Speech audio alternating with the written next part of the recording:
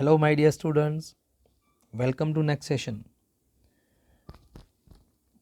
Previous session में हमने discuss किया है electric current and Ohm's law.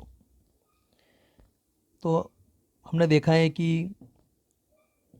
The rate of flow of charge is called current. It means किसी conductor में charge का फ्लो होना उसको हम करंट बोलेंगे. I is equal to Q by T. Time का वैल्यू जितना छोटा होगा करंट उतना ही ज़्यादा होगा. ये हम खास देख सकते हैं. ओके, आज हम यहाँ पर देखेंगे drift of electrons and the origin of resistivity. अब देखिए ड्रिफ्ट मतलब क्या होता है. किसी कंडक्टर में इलेक्ट्रॉन का जो मोशन होता है उसके कॉरेस्पॉन्डिंग जो उसकी स्पीड होती है, जो वेलोसिटी होती है, उसको बोलते हैं ड्रिफ्ट वेलोसिटी. जैसे हम जानते हैं कि जनरल लाइफ में हमारे पास अगर कोई ऑब्जेक्ट है, ये ऑब्जेक्ट ए पॉइंट से बी पॉइंट पर जा रहा है, तो हम उसको बोलते हैं उसका स्पीड कितना है, उसकी वेलोसिटी कितनी है. 10 मीटर पर सेकंड. ओके, जो भी हो. अगर कोई ऑब्जेक्ट रोटेशनल मोशन कर रहा है तो हम उसको बोलते हैं उसका एंगुलर स्पीड कितना है, एंगुलर वेलोसिटी कितनी है. कंडक्टर के अंदर किसी वायर में, किसी मटेरियल में अगर इलेक्ट्रॉन का मोशन होता है, इट मीन्स चार्जेस का मोशन होता है, तो उसको हम बोलते हैं, उस इलेक्ट्रॉन की स्पीड को हम बोलते हैं ड्रिफ्ट स्पीड हम बोलते हैं. ओके, देखिए यहाँ एक आपको कंडक्टर बताया हुआ है. कंडक्टर है जिसका क्रॉस सेक्शनल एरिया है ए, और इस कंडक्टर के अंदर हम जानते हैं कि पॉजिटिव और नेगेटिव चार्ज होते हैं.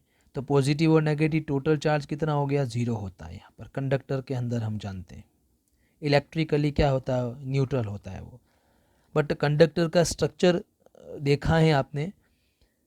पॉजिटिव चार्ज जो होते हैं वो एक लैटिस पॉइंट पर रहते हैं. देखिए ये सब पॉजिटिव चार्ज, और जो इलेक्ट्रॉन्स होते हैं वो इन कंडक्टर के इस पॉजिटिव आयंस के बीच में रैंडमली मोशन करते रहते हैं. इलेक्ट्रॉन्स लाइक दिस, ये इलेक्ट्रॉन का मोशन होता है, जिससे टोटल चार्ज जो होता है वो क्या हो जाता है, वो ज़ीरो होता है और करंट का वैल्यू ज़ीरो हो जाता है. इसका मतलब किसी भी टाइप का करंट फ्लो नहीं हो रहा है. हमने किसी भी बैटरी से कनेक्ट नहीं किया ना, ये ध्यान देना है. इस कंडक्टर को हम किसी भी बैटरी से कनेक्ट नहीं करते हैं, किसी भी एक्सटर्नल एजेंसी का यूज़ नहीं करते हैं, कोई भी एक्सटर्नल पावर, एक्सटर्नल फोर्स नहीं लगाते हैं. तब पॉजिटिव एक पॉइंट पर होते हैं, उसको लैटिस पॉइंट बोलते हैं, और नेगेटिव उसके अंदर रैंडम मोशन करता है. ओके, अब एक इलेक्ट्रॉन का हम डिस्कशन करते हैं. ये देखिए एक इलेक्ट्रॉन यहाँ पर बताया हुआ है. जब बैटरी कनेक्ट नहीं की, e is equal to zero था. इस कंडीशन में एक इलेक्ट्रॉन का मोशन हमने देखा. ये देखिए इलेक्ट्रॉन ऐसे गया है, उसके बाद इस टाइप से जो आयंस होते हैं उन आयन से टकराता है, और उसका पाथ हमने देखा, ये इलेक्ट्रॉन का पाथ हो गया ए से बी. ये जब ये इलेक्ट्रॉन किसी आयन से टकराता है, मान लीजिए यहाँ पर पॉजिटिव आयन से यहाँ से टकराया, तो जैसे जब यहाँ से कॉलिजन करता है तो उसका स्पीड ज़ीरो हो जाता है. ये मोमेंट्री मोशन होता है. स्पीड ज़ीरो हो गया, फिर स्पीड इंक्रीज हो गया, मतलब एक्सीलरेटेड मोशन करता है. फिर इंक्रीज हो गया, फिर किसी आयन से टकराया, फिर स्पीड ज़ीरो हो गया, तुरंत उसी टाइम फिर इंक्रीज हो जाता है, फिर डिक्रीज़ होता है, फिर ज़ीरो होता है, फिर इंक्रीज़ होता है, फिर डिक्रीज़ होता है, लाइक दिस. इस टाइप से उसकी स्पीड बार बार चेंज होती है. जैसे गैस मॉलिक्यूल, किसी रूम में अगर गैस मॉलिक्यूल्स हैं बहुत सारे, तो रूम के अंदर वो गैस के मॉलिक्यूल्स क्या करते हैं, रैंडम मोशन करते हैं, एक दूसरे से टकराते हैं, जिससे उनका एवरेज वेलोसिटी हम देखने जाएं तो ज़ीरो हो जाएगी, वेक्टर भी ज़ीरो हो जाएगा. उसी टाइप से इस कंडक्टर के अंदर भी इलेक्ट्रॉनों का मोशन भी उस गैस मॉलिक्यूल के मोशन के जैसा ही होता है. स्पीड इंक्रीज होती है, डिक्रीज होती है, ज़ीरो होती है. इट मीन्स टोटल वेलोसिटी अगर हम देखने जाएं तो वो क्या हो जाएगी, वो ज़ीरो हो जाएगी. आई का वैल्यू ज़ीरो हो जाएगा, चार्ज का वैल्यू ज़ीरो हो जाएगा. तो यहाँ पर जब E is equal to zero है तो एक इलेक्ट्रॉन का मोशन हमने यहाँ पर देखा है ए से लेकर बी तक. ये ओके. अब क्या करते हैं, इस कंडक्टर को हम एक्सटर्नल बैटरी से कनेक्ट करते हैं, ये पॉजिटिव और ये नेगेटिव. जब एक्सटर्नल बैटरी से कनेक्ट करते हैं तो एक्सटर्नल बैटरी के कारण इलेक्ट्रिक फील्ड प्रोड्यूस हो गया है। ओके, ये एंड पॉजिटिव बन गया है, ये एंड नेगेटिव बन गया है। तो इलेक्ट्रिक फील्ड का डायरेक्शन पॉजिटिव से नेगेटिव की तरफ है, देखिए। अब इस इलेक्ट्रिक फील्ड के कारण इलेक्ट्रिक फोर्स लगेगा, F is equal to e is equal to f by q formula, F is equal to e. Electric force किस पर लगेगा?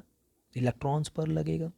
ओके, और वो इलेक्ट्रॉन उस इलेक्ट्रिक फील्ड के अपोजिट डायरेक्शन में मोशन करेंगे, क्योंकि इलेक्ट्रॉन नेगेटिव है और इलेक्ट्रिक फील्ड पॉजिटिव से नेगेटिव की तरफ जाता है, तो ये एंड पॉजिटिव हो गया। इलेक्ट्रॉन नेगेटिव है तो पॉजिटिव नेगेटिव यहाँ पर अट्रैक्शन होगा। तो इस अट्रैक्शन के कारण इलेक्ट्रॉन इलेक्ट्रिक फील्ड के अपोजिट डायरेक्शन में इसका मतलब इलेक्ट्रॉन ऐसे मोशन करेगा। ओके, और करंट जो है वो इलेक्ट्रिक फील्ड की डायरेक्शन में होता है, हम ऐसा बोलेंगे यहाँ पर। तो इलेक्ट्रॉन अपोजिट डायरेक्शन में जाएगा तो इलेक्ट्रॉन का पाथ इलेक्ट्रिक फील्ड के कारण चेंज हो जाएगा। देखिए ऐसे, ये ऐसे डैश डैश वाली जो लाइन यहाँ पर डॉटेड लाइन दी हुई यहाँ पर देखिए, उसका ये उसका पाथ हो गया ए बी डैश, तो ये चेंज हो गया, उसके बाद बी बी डैश हो गया यहाँ पर। ये इफेक्टिव डिस्प्लेसमेंट, इसको हम बोलते हैं इफेक्टिव डिस्प्लेसमेंट। इफेक्टिव डिस्प्लेसमेंट हो गया, इसका मतलब इलेक्ट्रॉन का इफेक्टिव डिस्प्लेसमेंट बी से बी डैश पर हो गया। बट इस कंडीशन में इलेक्ट्रिक फील्ड के अपोजिट डायरेक्शन में इलेक्ट्रॉन घसीटता हुआ जाता है, ड्रैगिंग करता हुआ इलेक्ट्रॉन वहाँ पर जाता है। इसलिए तो घसीटते हुए इलेक्ट्रॉन जा रहा है इलेक्ट्रिक फील्ड की अपोजिट डायरेक्शन में, इसलिए ऐसे उसके कॉरस्पॉन्डिंग इलेक्ट्रॉन की स्पीड को क्या बोलते हैं? ड्रिफ्ट। तो ड्रैगिंग से बना है drift, drift velocity, drift electron. Clear? Drift velocity of the electron या ड्रिफ्ट स्पीड। क्लियर? तो ये खास हमको याद रखना है। इलेक्ट्रिक फील्ड की डायरेक्शन में करंट होता है, इलेक्ट्रिक फील्ड जिस डायरेक्शन में होगा उसी डायरेक्शन में करंट होगा, उसी डायरेक्शन में करंट डेंसिटी होगी, J is equal to I by A हो जाएगा। क्लियर? उसके अपोजिट डायरेक्शन में इलेक्ट्रिक फील्ड होगा, इलेक्ट्रॉन का मोशन होगा, और हम ड्रिफ्ट स्पीड किसकी निकाल रहे? इलेक्ट्रॉन की निकाल रहे, तो इलेक्ट्रॉन का स्पीड भी उसी डायरेक्शन में होगा। तो जिस डायरेक्शन में इलेक्ट्रॉन जाता है उसी डायरेक्शन में ड्रिफ्ट स्पीड होती है, क्योंकि ड्रिफ्ट स्पीड किसकी है? वो इलेक्ट्रॉन की है। इसलिए करंट और ड्रिफ्ट वेलोसिटी ये दोनों अपोजिट डायरेक्शन में होती हैं। क्लियर? तो इस टाइप से हम देख सकते हैं। अब ये जब कॉलिजन होती हैं तो जो इलेक्ट्रॉन है वो अपने आयंस के साथ में 2 बार कोलाइड करता है। जब 2 बार कॉलिजन करता है तो ऐसे कॉलिजन को में जो टाइम इंटरवल होता है उसको हम क्या बोलते हैं? रिलैक्सेशन टाइम बोलते हैं। ओके गाइस, तो देखिए इस टाइप से हम देख सकते हैं कि हमने ई का वैल्यू निकाल लिया, F is equal to E Q, F is equal to M A E is equal to E, और acceleration A is equal to E by M हो जाएगा। क्लियर? तो ये हो जाएगा एक्सिलरेशन ऑफ इलेक्ट्रॉन। इलेक्ट्रॉन का acceleration, A means electric field, small E means electron, and M means mass of the electron. Okay guys, तो इस type से ये थियरी आप रीड कर सकते हो। तो यहाँ दिया हुआ acceleration A is equal to E by m. Okay, and electron travels from a to b dash in the presence of electric field rather than traveling from A to B in absence of electric field. The effective displacement of electron is equal to B dash. In the presence of electric field, the velocity of electron corresponding to the displacement is known as drift velocity. Okay, you have to learn it. Drift velocity. In this situation, the average number of electrons passing through any cross section area of the conductor is not zero. अब cross section area पर electron का total number zero नहीं है, क्योंकि external electric field के कारण इलेक्ट्रॉनों का रैंडम मोशन चेंज हो रहा है।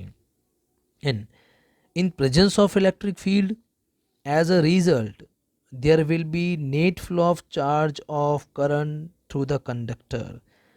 The average time between two successive collisions of the electron with the ions is called a relaxation time. Clear? इसका मतलब अगर इलेक्ट्रॉन आयंस के साथ में 2 बार सक्सेसिव कॉलिजन करता है, 2 बार अगर टक्कर करता है, जैसे ये आयन से इलेक्ट्रॉन यहाँ से स्टार्ट होगा, आयन से टक्कर किया है, t is equal to 2 second का टाइम लगा है, और फिर उसके बाद यहाँ से वापस दूसरे आयन से कॉलिजन कर रहा है, इसमें t is equal to 3 second का टाइम लगा है। तो 2 बार जब कॉलिजन करता है उसका जो टाइम होता है टोटल, उसका एवरेज टाइम है, उसको क्या बोलते हैं, रिलैक्सेशन टाइम, हम टाउ बोलते हैं उसको, ये याद रखना है। ओके गाइज, तो acceleration is equal to velocity upon time है फॉर्मूला अपने पास।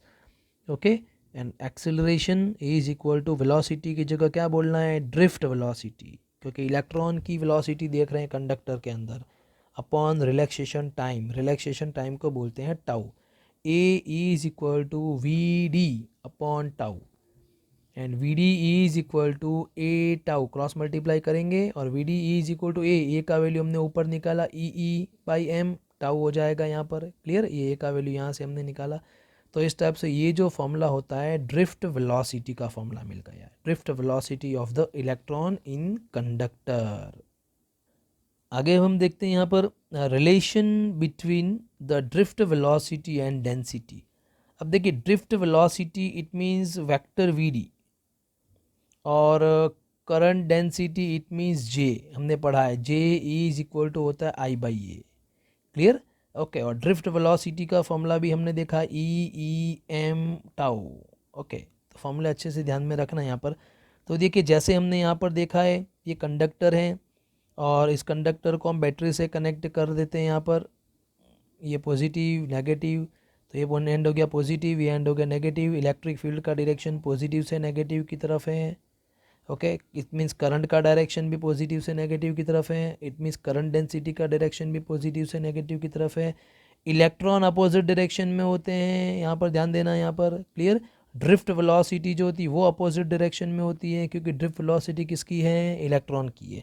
इट मीन्स यहाँ से हम क्या देख सकते हैं कि drift velocity of electron and current density both are opposite to each other, दोनों एक दूसरे के अपोजिट डायरेक्शन में, याद रहना है, क्लियर। ड्रिफ्ट वेलोसिटी और इलेक्ट्रिक फील्ड ये भी अपोजिट डायरेक्शन में। ओके, अब हम देखते हैं कि सपोज हमारे पास एक इलेक्ट्रॉन, यहाँ पर एक इलेक्ट्रॉन है, ए पॉइंट ले लेते हैं। सपोज ए पॉइंट से इलेक्ट्रॉन को बी पॉइंट तक पहुँचना है, तो कितना डिस्टेंस ट्रैवल करना पड़ेगा, जितना वायर का लेंथ है, वायर का लेंथ कितना है, एल लेंथ, इतना डिस्टेंस ट्रैवल करना पड़ेगा, क्लियर। ओके, तो यहाँ डेल्टा एक्स ये डिस्टेंस है, delta x is equal to we d into delta t, distance is equal to velocity into delta t, clear. Okay, तो इस टाइप से उसका डिस्टेंस हम फाइंड कर सकते हैं। आइए देखते हैं, to find the relation between the current density and the drift velocity, let us consider a cylindrical conductor of uniform cross section area A. An electric field E exists in the conductor when its end are connected to the battery, उस conductor को battery से connect करना है और electric field E positive से negative की तरफ है। If the drift velocity of the electron is Vd, then distance travel by the electron during delta T time में इलेक्ट्रॉन को डिस्टेंस ट्रैवल करना है, तो formula distance is equal to velocity into time, time small है, clear, delta T smallest time के लिए देखना है हमको, इसलिए डेल्टा टी लगा रहे हैं। वॉल्यूम ऑफ द कंडक्टर, जो कंडक्टर लिया है हमने उसका वॉल्यूम कितना होगा, तो वॉल्यूम का formula cross section area into l, cross sectional area a into l, l का वैल्यू ऊपर से यहाँ पुट कर लेते हैं, v d into delta t, तो ये हो गया उसका volume. Okay, if there are n free electrons per unit volume, number density of the conductor the number of free electrons in the portion. Okay, अब हमको देखना नंबर डेंसिटी। अब number density क्या होता है, number density is equal to total number of electron upon volume. इसका मतलब हमारे पास अगर कोई कंडक्टर है, ये कंडक्टर, इस कंडक्टर में suppose n is equal to 100 electrons हैं और उसका जो वॉल्यूम है वो 10 सेंटीमीटर क्यूब दिया हुआ है, तो n is equal to n dash is equal to n by v करना है। इसका मतलब ये मिलेगा 100 डिवाइडेड बाई 10 सेंटीमीटर क्यूब, तो क्या हो जाएगा, n is equal to 10 electron per centimetre cube. मतलब पर सेंटीमीटर क्यूब के अंदर कितने इलेक्ट्रॉन है उसको क्या बोलते हैं, नंबर डेंसिटी बोलते हैं। इसका मतलब नंबर ऑफ इलेक्ट्रॉन पर unit volume of the conductor, उसको बोलते हैं नंबर डेंसिटी। क्योंकि पूरे वायर बहुत बड़ा है, वायर का लेंथ ज़्यादा होने से हम पूरे वायर में इलेक्ट्रॉन फाइंड नहीं कर सकते, इसलिए हमको क्या करना पड़ेगा, वायर के पर यूनिट वॉल्यूम में कितने इलेक्ट्रॉन है वो निकालना, उसको क्या बोलते हैं, नंबर डेंसिटी ऑफ इलेक्ट्रॉन, उसका सिंबल होता है N. Clear? Okay. And N is equal to N dash, N dash का मतलब होता है total number of electron in conductor divided by volume of the conductor. तो N is equal to N dash by V, तो N dash is equal to क्या हो गया, N V हो गया यहाँ पर। Clear? N dash is equal to N V volume, we का वैल्यू ऊपर से यहाँ रख लेते हैं, यहाँ पर डिराइव कर रहे हैं हम एक फार्मूला। ओके, तो ये मिल जाएगा एन, और वी का वैल्यू यहाँ से रख लिया हमने। यूनिट अगर निकालना है तो क्या होगा, नंबर ऑफ इलेक्ट्रॉन का तो कोई यूनिट होता नहीं है, और वी मीन्स वॉल्यूम, वॉल्यूम का यूनिट हो जाएगा M minus 3 1/m³। Okay guys, तो ये आपको मिल गया n dash, total number of electron, total number of electron in conductor, conductor में टोटल इलेक्ट्रॉन। स्मॉल एन मतलब होता है number density of electron. Okay, and the charge crossing these area in delta T time, delta T time में charge cross section area में से कितना pass होगा। तो फॉर्मूला क्या है, q is equal to N e हमारे पास, तो delta q is equal to N dash e, total charge, delta q is equal n dash, N dash का वैल्यू यहाँ से इक्वेशन नंबर 2 से रख लेते हैं, यहाँ पर ये वैल्यू हो गया, और E. Clear? Delta Q by delta T, ये जो डेल्टा टी, उस डेल्टा टी को यहाँ पर अपॉन में ले लो, तो delta Q by delta T क्या बन गया, आई बन गया, I is equal to N A V D E हो जाएगा। आई बाई ए को उसके अपॉन में ले लो वापस यहाँ पर, आई बाई ए क्या हो जाएगा, जे हो जाएगा। क्लियर? तो देखिए एक आईएमपी फॉर्मूला हमको मिल गया है, जे is equal to N E B D, J is equal to N E B D. Okay, N means number density of electron, याद रखना है नंबर ऑफ इलेक्ट्रॉन नहीं है, this is number density of electron.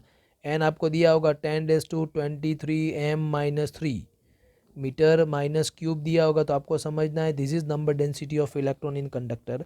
E means electron, magnitude of the electron है, V D means drift velocity of the electron. Vector form में लिखते हैं तो दोनों पर जे पर और वी डी पर वेक्टर लगा लो यहाँ पर। Okay, 4 negative charge minus Q, electron के लिए जे और वी डी दोनों कैसे डायरेक्शन में होते हैं, अपोजिट डायरेक्शन में होते हैं, जैसे मैंने आपको बताया।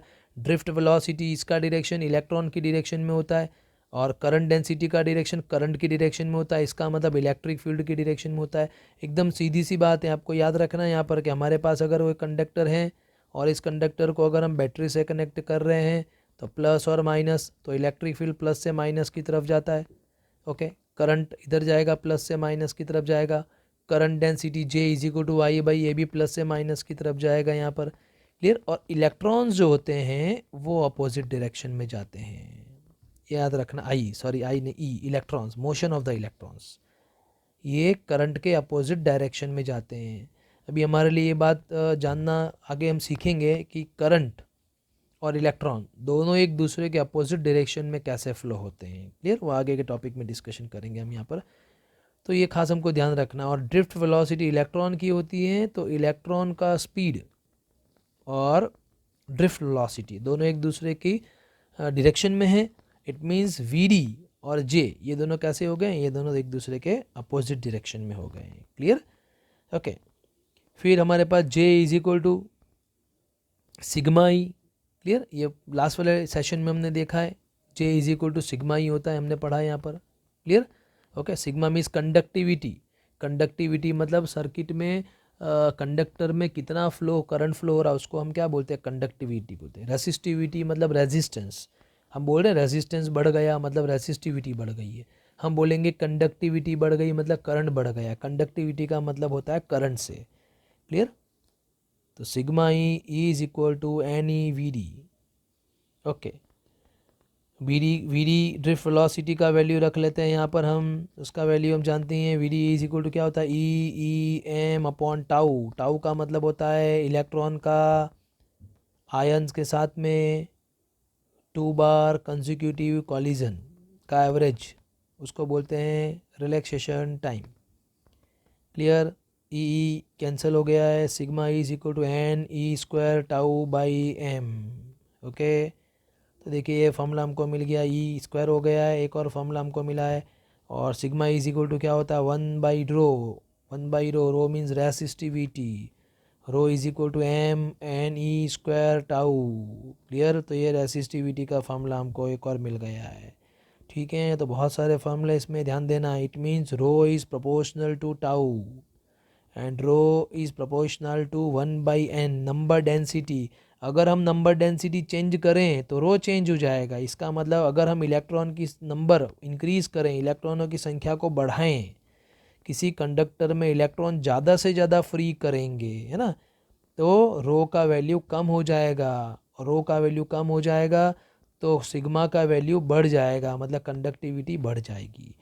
और tau it means relaxation time. Relaxation time को अगर हम कम करें तो रो का वैल्यू क्या हो जाएगा, इंक्रीज हो जाएगा, रेसिस्टेंस का वैल्यू बढ़ जाएगा। Okay, so we can write resistivity is proportional to 1 upon relaxation time, हम बोल सकते हैं। ओके, तो अब हम देखते हैं मेटल की बात करते हैं। In oscillation of the ion increase with the temperature and become more erratic.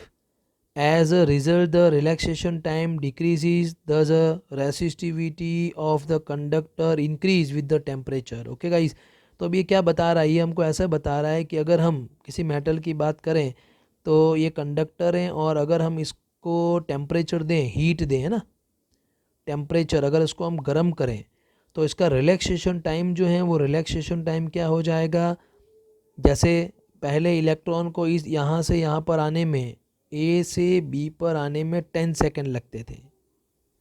अब हमने हीट दे दी, गर्म कर दिया, तो इलेक्ट्रॉन को एनर्जी मिल गई, काइनेटिक एनर्जी बढ़ जाई इलेक्ट्रॉन की। और जब काइनेटिक एनर्जी बढ़ेगी, है ना formula e is equal to 1/2mv²। तो आप बोलोगे सर टेम्परेचर एनर्जी का क्या रिलेशन है, तो ई की जगह हम लिख सकते हैं 3/2 kBT is equal to ½ mv², जानते हैं ना हम। तो इसका मतलब टेम्परेचर इंक्रीज करेंगे तो वेलोसिटी इंक्रीज होगी, वेलोसिटी इंक्रीज होगी तो इलेक्ट्रॉन ए से बी पर कम टाइम में पहुंचेगा। तो पहले 10 सेकंड में पहुंच रहा था, अब कितने सेकंड में पहुंचेगा, सपोज 2 सेकंड में पहुंचेगा। तो रिलैक्सेशन टाइम क्या हो जाएगा, घट जाएगा, डिक्रीज हो जाएगा। अब रिलैक्सेशन टाइम डिक्रीज हो जाएगा तो रो का वैल्यू क्या हो जाएगा, इंक्रीज हो जाएगा। अगर रो इंक्रीज होता है तो रेसिस्टेंस भी इंक्रीज हो जाएगा, तो करंट का वैल्यू क्या हो जाएगा, डिक्रीज हो जाएगा। इसका मतलब किसी भी कंडक्टर को हीट नहीं देनी है।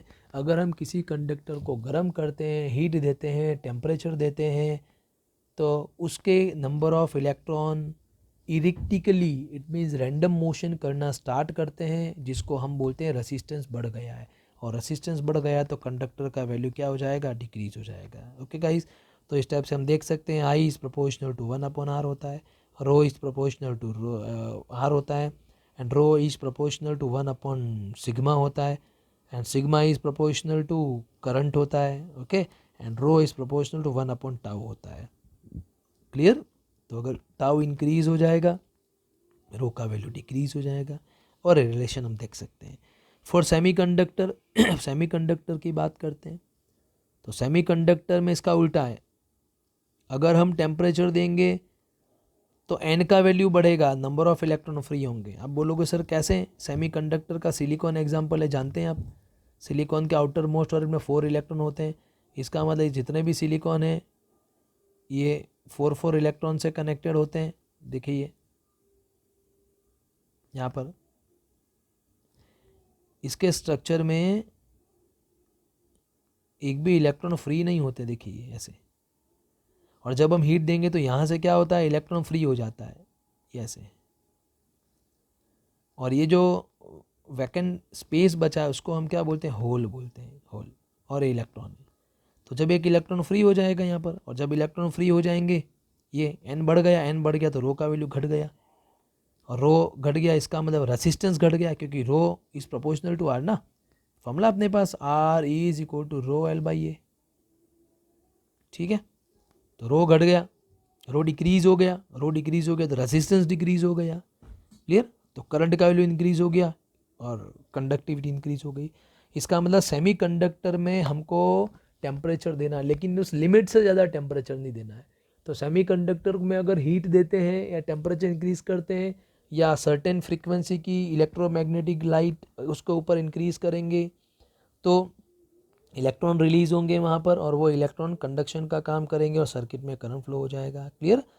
ओके, तो ये हम जान गए यहाँ पर। अब हम देखते हैं ओम्स लॉ के अंदर जो हमने पढ़ा है, ओम्स लॉ सेमीकंडक्टर के अंदर एप्लीकेबल नहीं होता है, क्योंकि सेमीकंडक्टर में टेम्परेचर को चेंज करना पड़ेगा, और ओम्स लॉ हमारे पास क्या है, वो क्या बोलता है, कांस्टेंट टेम्परेचर पर। ओम्स लॉ बोल रहा है कि कांस्टेंट टेम्परेचर पर वोल्टेज को इंक्रीज़ करने पर करंट उसी रेशियो में इंक्रीज़ होता है, और V/I का जो रेशियो है वो कांस्टेंट रहता है। बट सेमीकंडक्टर में ऐसा नहीं है। सेमीकंडक्टर में वोल्टेज को इंक्रीज़ करने पर करंट के वैल्यू में बहुत कम चेंज होता है, तो आर का वैल्यू कांस्टेंट नहीं रहता है। तो सेमीकंडक्टर में स्ट्रेट लाइन में ग्राफ हमको नहीं मिलेगा। ओके गाइस, तो हमने ये देखा है electric current, Ohm's law, drift velocity, current density. देखते हैं example 3.1। Estimate the average drift speed. Average drift speed इसका मतलब वीडी हमको फाइंड करना है। देखिए अब समझना अब इसको। Of the conduction electron in the copper wire of cross section area. Copper wire का है ना, मैं ड्रिफ्ट वेलोसिटी फाइंड करनी। कॉपर वायर के अंदर जो इलेक्ट्रॉन चल रहे हैं उसकी ड्रिफ्ट स्पीड फाइंड करनी है। Cross section area 1 × 10⁻⁻⁷ metre square दिया हुआ है। Carrying a current of 1.5 ampere. Current i का वैल्यू कितना है, 1.5 एम्पियर है करंट का value. Assume that each copper atom contributes रफली 1 conduction electron. The density of copper, copper का जो डेंसिटी रो वो हमको दिया हुआ है 9 × 10⁻³ किलोग्राम पर मीटर क्यूब। 1 मीटर क्यूब के अंदर इतना मास है उसका। Okay, and atomic mass, atomic mass भी हमको कॉपर का दिया हुआ 63.5 U। Clear, okay. एंड हमको ड्रिफ्ट वेलोसिटी फाइंड करनी है। पहले तो हम देख लेते हैं v d drift velocity. Okay, and अब हम देखते हैं ए। तो पहले ड्रिफ्ट वेलोसिटी हम फाइंड कर लेते हैं, उसके बाद आगे डिस्कशन करते हैं। नंबर 1 ए। चलिए, तो हमारे पास ड्रिफ्ट वेलोसिटी का फॉर्मूला J = NEVD। ओके, अब J = क्या है, I/A NEVD। ए मीन्स क्रॉस सेक्शन एरिया है, यहाँ पर ये इसका सिंबल भी है तो मैं एडजस्ट कर देता हूँ उसको, I/A। तो drift velocity VD = I/ANE। Number 1 इसको दे देते हैं। ओके, अब I का वैल्यू दिया हुआ, A भी दिया हुआ, E का वैल्यू हम जानते हैं, N नहीं है, नंबर डेंसिटी ऑफ इलेक्ट्रॉन नहीं है, मतलब पर यूनिट वॉल्यूम में कितना इलेक्ट्रॉन है वो नहीं दिया हुआ है, तो हमको फाइंड करना पड़ेगा। तो हम जानते हैं number density of electron, number density of electron in conductor E = N/V। N dash का मतलब था total electron, total electron in conductor divided by volume of the conductor. Okay, अब फाइंड करना है तो मैं यहाँ लिख देता हूँ मास, ये ग्राम में ले लेते हैं। ओके, और नंबर ऑफ एटम पर यूनिट वॉल्यूम। ओके, तो कॉपर का एटॉमिक मास कितना है, 63.5 ग्राम है, तो उसमें नंबर ऑफ एटम कितने होते हैं, 6 × 10⁻23 होते हैं, जानते हैं, एवोगैड्रो के इक्वल होता है, ये सब जानते ही हैं। ओके, तो हमको मास कितना दिया हुआ है कॉपर का, कॉपर का एटॉमिक मास, कॉपर का मास दिया 9 × 10⁻³ किलोग्राम पर मीटर क्यूब। पर मीटर क्यूब में इतना मास है, तो यहाँ पर उसको ग्राम में लिख लेंगे, तो 9 × 10⁻³ किलोग्राम है, तो ग्राम में चेंज कर देते थे, तो 10⁻³ हो जाएगा ग्राम। तो उसमें नंबर ऑफ़ मॉलिक्यूल्स कितने होंगे, नंबर ऑफ़ एटम्स कितने होंगे, ये ज्ञान फाइंड करना है। क्लियर, तो इसका मतलब ये जो n है ये क्या मिलेगा, number of electrons per unit volume में मिल जाएगा। क्लियर, क्रॉस मल्टीप्लाई करेंगे तो इससे आपको n मिल जाएगा। तो n = 6 × 10⁻23 × 9 × 10⁻6 डिवाइडेड बाई 63.5। ओके, तो इससे n मिलेगा, n = 8.5 × 10⁻28 मीटर-3 metre cube. This is number density. तो इस टाइप से नंबर डेंसिटी ऑफ इलेक्ट्रॉन हम फाइंड कर सकते हैं अगर नहीं दी हुई तो drift velocity, drift velocity VD = I/NAE। Okay, and VD = I का वैल्यू दिया है 1.5, करंट दिया हुआ अपने को, n number density, number density हमको मिल गई 8.5 × 10⁻28, क्रॉस सेक्शन एरिया 10⁻⁻7, इलेक्ट्रॉन का वैल्यू 1.6 × 10⁻⁻19। ओके गाइस, तो इसको जब सॉल्व करेंगे तो आपको मिल जाएगा 1.1 into 10⁻³ metre per second and drift velocity of electron 1.1 metre per second. Okay, देखिए समझना मेरी बात यहाँ पर, इसका मतलब 1.1 मिली मीटर पर सेकेंड। इसका मतलब बोल रहे हैं कि ये जो यहाँ पर जो कंडक्टर दिया, उस कंडक्टर में इलेक्ट्रॉन की स्पीड कितनी है, 1.1 मिलीमीटर पर सेकेंड। मतलब पर सेकेंड में इलेक्ट्रॉन 1.1 इंटू 10⁻³ की स्पीड में चल रहा है। मतलब ये भी स्पीड क्लियर। तो ये हमको ड्रिफ्ट स्पीड दी हुई, इलेक्ट्रॉन की ड्रिफ्ट स्पीड दी हुई। ओके, चलिए अब हम बी देखते हैं। बी में हमको क्या फाइंड करना है। नंबर 2 में compare the drift speed obtain the above with thermal speed of the copper atom in ordinary temperature. अगर ऑर्डिनरी टेम्परेचर पर ले जाएं उस कॉपर को तो उसका स्पीड कितना होगा। तो ऑर्डिनरी टेम्परेचर मतलब थर्मल एनर्जी का हमको कंपैरिजन करना पड़ेगा यहाँ पर। तो thermal energy is equal to kinetic energy, thermal energy is equal to kinetic energy. तो उसका फॉर्मूला हमारे पास है 3/2 kBT। ओके, और काइनेटिक एनर्जी ½ mv²। ओके, तो गाइज इस टाइप से केबी को बोलते हैं बोल्ट्जमैन कांस्टेंट हो जाएगा। केबी का मतलब 1.38 10⁻³ temperature, ordinary temperature t is equal to 300 kelvin. तो इसमें वैल्यू रख के सॉल्व करना है तो आपको उसका वैल्यू मिल जाएगा। टेम्परेचर पर कितना मिल जाएगा, 2 into 10⁻² metre per second. Okay, देखिए स्पीड बढ़ गया है, समझना मेरी बात। यहाँ इलेक्ट्रॉन को 300 केल्विन टेम्परेचर देने पर उसका जो स्पीड है वो 2 इंटू 10⁻² मीटर पर सेकेंड हो गया। बट जबकि ड्रिफ्ट स्पीड कितना था उसका, 1.1 इंटू 10⁻³ मीटर पर सेकेंड था। इसका मतलब उसका स्पीड यहाँ कितना time, 10⁻⁻⁵ clear time general speed से ज़्यादा हो जाएगा। क्लियर। तो इस टाइप से ये हम देख सकते हैं 2 into 10⁻² metre per second temperature देने पर उसका स्पीड इतना बढ़ गया है। ओके, सी थर्ड में क्या बोल रहा है यहाँ पर, सी में फाइंड करना है हमको speed of propagation of electric field along the conducting with the causes the drift motion. Okay, तो इलेक्ट्रोमैग्नेटिक वेव का जो स्पीड है, इलेक्ट्रिक फील्ड का कारण जो स्पीड होता है वो कितना होता है, 3 इंटू 10⁸ मीटर पर सेकेंड होता है। हम जानते हैं भाई, इसकी अब ड्रिफ्ट स्पीड से कंपैरिजन कर रहे हैं तो 1.1 इंटू 10⁻³ मीटर पर सेकेंड है। क्लियर। तो इसका मतलब बहुत ज़्यादा हो गई है। क्लियर। तो इस टाइप से हम देख सकते हैं कि ड्रिफ्ट स्पीड जो है वो उसका वैल्यू बहुत ही कम है। कितना कम है उसका value, 10⁻11 metre per second time कम है अप्रॉक्सीमेट, हम देख सकते हैं यहाँ पर। क्लियर। तो v t is greater than drift speed is greater than C.